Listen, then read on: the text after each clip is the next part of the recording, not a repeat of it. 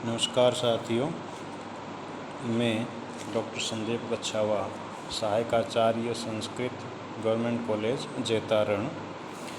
आज के इस वीडियो में हम संस्कृत साहित्य के बारे में अध्ययन करेंगे। हम साहित्य की बात करें तो संस्कृत साहित्य को दो भागों में बांटा गया है, वैदिक साहित्य और लौकिक साहित्य।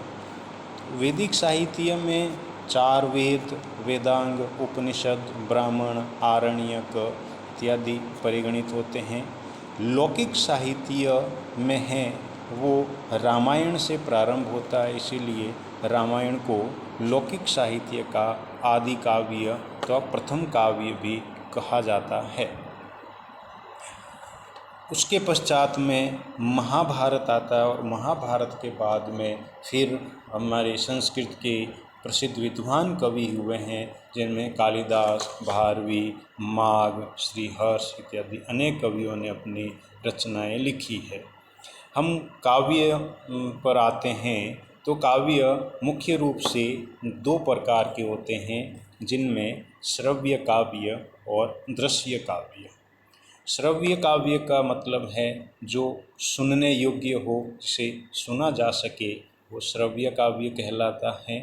तथा दृश्य काव्य का मतलब जिसको सुनने के साथ साथ देखा भी जा सके, जिसको अनुभव किया जा सके, उसे दृश्य काव्य कहा जाता है। श्रव्य काव्यों में गद्य, पद्य और चंपू, जो गद्य पद्य मिश्रित काव्य होते हैं, वो परिगणित होते हैं। दृश्य काव्यों में नाट्य ग्रंथ आ जाते हैं, इसमें नाटक, प्रकरण आदि जिनके 10 भेद होते हैं।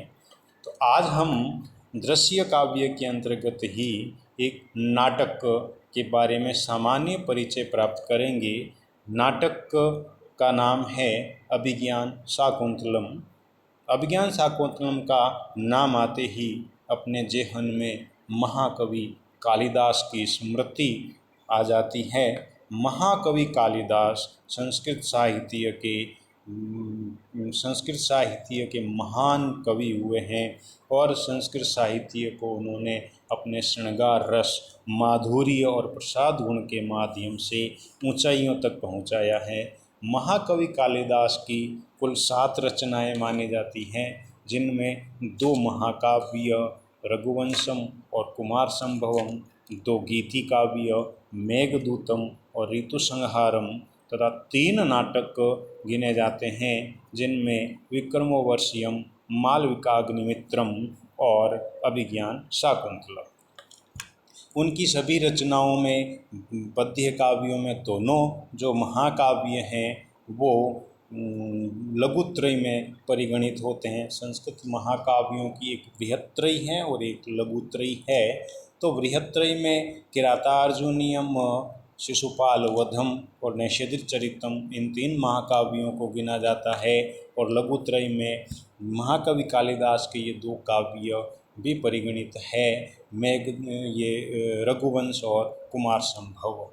हम बात करते हैं अभिज्ञान शाकुंतलम की, तो अभिज्ञान शाकुंतलम में कुल 7 अंक है, जिसमें इसका नायक दुष्यंत है और नायिका शकुंतला है। दोनों हैं वो गांधर्व विवाह करते हैं और उसी के परिणाम स्वरूप इस अभिज्ञान शाकुंतलम की उत्पत्ति होती है।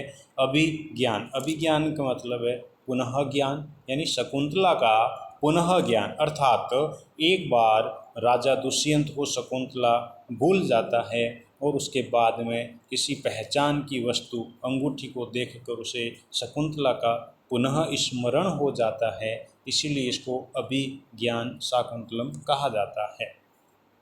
अभिज्ञान शाकुंतलम में 7 अंक है, जिनमें मुख्य पात्र के रूप में नायक दुष्यंत है, नायिका शकुंतला है, ऋषि कण्व जो शकुंतला के पालक पिता हैं, और शकुंतला की 2 सखियां हैं, प्रेमवदा अनसुया, और उसके बाद में 2 प्रमुख शिष्य हैं ऋषि कण्व के, सारंग्रव और शार्दूल, जो शकुंतला को है वो दुष्यंत के महल तक छोड़ने के लिए जाते हैं। और उसके अलावा इसमें माधव्य जो कि विदूषक हैं और वो राजा दुष्यंत का मित्र है।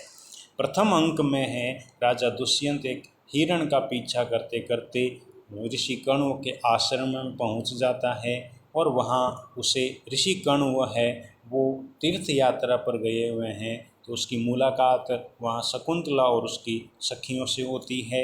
एक भ्रमर शकुंतला को तंग करता है, उसके बहाने से शकुंतला की रक्षा करते हुए राजा दुष्यंत शकुंतला के समक्ष प्रकट होता है। दोनों एक दूसरे पर आसक्त हो जाते हैं। द्वितीय अंक में है वो राजा दुष्यंत शकुंतला के बारे में ही सोचता रहता है, अपने मित्र माधवीय के साथ उसके बारे में वार्तालाप करता है। तृतीय अंक में है वो शकुंतला भी है, वो शकुंतला अपनी कुटिया में बैठी हुई प्रेम पत्र लिखती है दुष्यंत को, तभी राजा दुष्यंत भी वहाँ पहुँच जाता है। दोनों वहाँ पर मिलते हैं, दोनों गांधर्व विवाह कर लेते हैं और गांधर्व विवाह के पश्चात जब शकुंतला दुष्यंत से पूछती है कि आप मुझे वापस कब मिलेंगे या लेने के लिए कब आएंगे, तब राजा दुष्यंत है वो अपनी एक पहचान के लिए एक अंगूठी देता है जिस पर दुष्यंत नाम लिखा होता है और वो कहता है कि जब तक तुम मेरे इस नाम को पूरा गिनोगी उतने जितने अक्षर इसमें हैं उतने दिनों में ही मेरा कर्मचारी राजसेवक तुम्हें लेने के लिए आ जाएगा। चतुर्थ अंक में है वो राजा दुर्वासा ऋषि है, वो भिक्षा मांगने के लिए शकुंतला के कुटिया के पास आते हैं। शकुंतला उस समय है वो दुष्यंत के विचारों में खोई हुई थी, उसने दुर्वासा ऋषि के आग्रह को सुना नहीं। दुर्वासा ऋषि क्रोधी स्वभाव के थे और उन्होंने शकुंतला को श्राप दे दिया कि जिसे तुम याद कर रही हो और मेरा ध्यान नहीं कर रही हो वह तुम्हें भूल जाएगा। यही कारण होता है कि दुष्यंत है वो शकुंतला को अपने किसी भी आदमी को लेने के लिए भेजता नहीं है। ये बात अनसुईया और प्रियंवदा जो कि शकुंतला की सखियाँ हैं सुन लेती है और वो राजा ऋषि दुर्वासा से अनुनय विनय करती है। तब ऋषि दुर्वासा कहते हैं कि कोई पहचान की वस्तु बताने पर है वो राजा दुष्यंत शकुंतला को पहचान लेगा। शकुंतला को ये बात नहीं बताई जाती है। जब ऋषि कण्व वो है वो तीर्थ यात्रा से वापस आते हैं तब किसी आकाशवाणी के माध्यम से उन्हें पता चलता है कि शकुंतला गर्भवती है और उसने दुष्यंत से गांधर्व विवाह कर लिया है। तो योग्य पति को देखकर राजा जो ऋषि कण्व है वो शकुंतला को है राज ऋषि दुष्यंत के महल में भेजते हैं सारंगव और शार्दूल नामक दो शिष्यों के साथ। वहाँ पर रास्ते में है वो शकुंतला सोम तीर्थ पर पानी पीने के लिए रुकती है और जब वो पानी पीती है तो वहाँ पर सरोवर में उसकी अंगूठी हाथ में ढीली होने के कारण गिर जाती है और उसके बाद में जब वो राजा के महल में पहुँचती है 5वें अंक में तो राजा दुष्यंत उसे पहचानने से मना कर देता है। अब जो अंगूठी उसके हाथ से गिरी थी वो अंगूठी एक मछली के मुंह में जाके गिर गई थी। एक मछुआरे को वो मछुआरा उस मछली को पकड़ता है और जब काटता है तो उसके पेट में से वो अंगूठी निकलती है और वो अंगूठी लेकर बाजार में जाता है बेचने के लिए। तभी वहाँ कोई राज सेवक है वो उसे पकड़ लेता है और चोर समझकर राजा के सामने उपस्थित करता है। तब राजा को अंगूठी ज्यों ही राजा अंगूठी देखता है उसे दुष्यंत का पुनः स्मरण हो जाता है और वह वियोग अवस्था में चला जाता है, अत्यंत विलाप करता है। तभी इंद्र का सारथी है वो देवताओं और राक्षसों में युद्ध छिड़ गया था तो इंद्र का सारथी आता है राजा दुष्यंत को लेने के लिए कि वे आपको है वो राजा दुष्यंत इंद्र ने है आपको युद्ध के लिए बुलाया है। राजा दुष्यंत वहाँ युद्ध करने के लिए जाता है और देवताओं की विजयश्री होने के पश्चात पुनः जब वापस धरती पर लौट रहा होता है तो वह महर्षि मरीचि के आश्रम महर्षि मरीचि या कश्यप के आश्रम में रुकता है। वहाँ पर उसे एक बालक सिंह के साथ खेलता हुआ देखता है। वह सर्वदमन उस बालक का नाम है जो कि शकुंतला का पुत्र है और वहीं पर उन दोनों का शकुंतला और दुष्यंत का पुनः मिलन होता है। इस प्रकार से इस नाटक की सुखांत समाप्ति होती है। तो अभिज्ञान शाकुंतलम है वो श्रृंगार रस से भरपूर नाटक है। इस नाटक के बारे में, काव्यों के बारे में या इस नाटक के बारे में कहा भी जाता है कि सर्वस्वम अभिज्ञान शाकुंतलम, कालिदासस्य सर्वस्वम अभिज्ञान शाकुंतलम, यानी कालिदास का सब कुछ है वो अभिज्ञान शाकुंतलम है। कहा भी जाता है कि नाटकेषु रम्यम काव्येषु रम्यम नाटकम, काव्येषु रम्यम नाटकम नाटकेषु अभिज्ञान शाकुंतलम तत्रापि चतुर्थो अंकः तत्र श्लोक चतुष्टयम, यानी काव्यों में नाटक श्रेष्ठ होता है, नाटकों में भी अभिज्ञान शाकुंतलम श्रेष्ठ है, अभिज्ञान शाकुंतलम का भी चौथा अंक श्रेष्ठ है और उस चौथे अंक में भी 4 श्लोक हैं वो सर्वश्रेष्ठ हैं।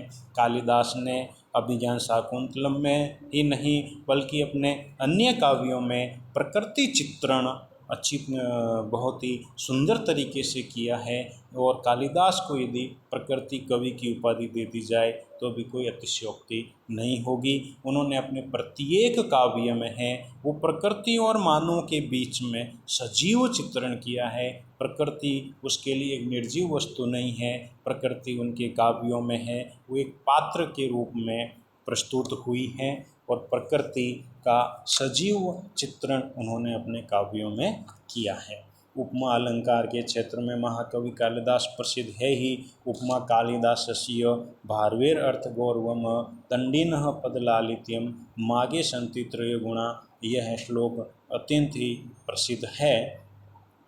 तो प्रिय विद्यार्थियों, आज हम अभिज्ञान शाकुंतलम जो महाकवि कालिदास का सब कुछ कहा जाता है उसके बारे में सामान्य जानकारी हमने प्राप्त की। सारांश रूप में अगले वीडियो में हम प्रारंभ करेंगे अभिज्ञान शाकुंतलम प्रथम अंक के श्लोक से। अभिज्ञान शाकुंतलम का अध्ययन करेंगे अगले वीडियो में। तब तक के लिए नमस्कार, जय हिंद, जय संस्कृतम।